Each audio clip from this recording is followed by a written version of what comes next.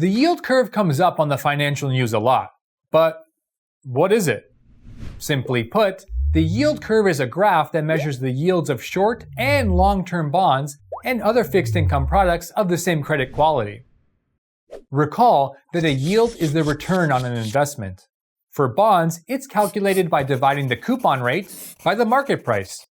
When these are plotted over time, we get a yield curve, and it comes in three shapes. When the curve is sloping upward, it's considered normal.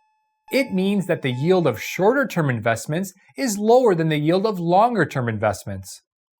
For example, a 1-year bond may yield a 2% return, while a 10-year bond may yield an 8% return. And this is typically the shape of the curve. It means that investors think the economy will keep growing and that interest rates will keep rising. They don't want to lock in their money long-term if more profitable yields are on the horizon.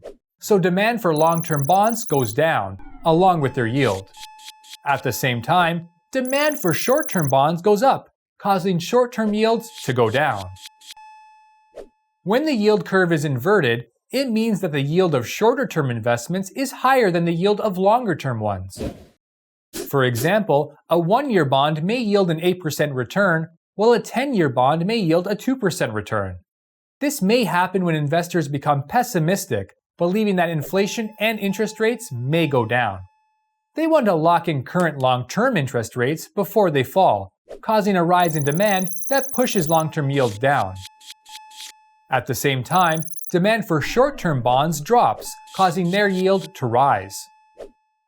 The third possible shape is a flat yield curve, when the yield of short and longer-term investments is roughly equal. This can happen during a transition from a normal to an inverted curve, or vice versa.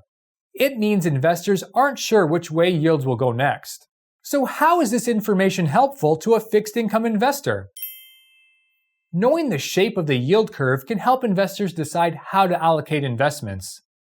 For example, if they expect interest rates to rise, they may consider not to tie up all their money in one long-term bond, given that new bonds with higher prices are likely to be issued. Of course, there are many ways to navigate fixed income investing with the help of the yield curve, and this is just one example to get you started. Have more questions?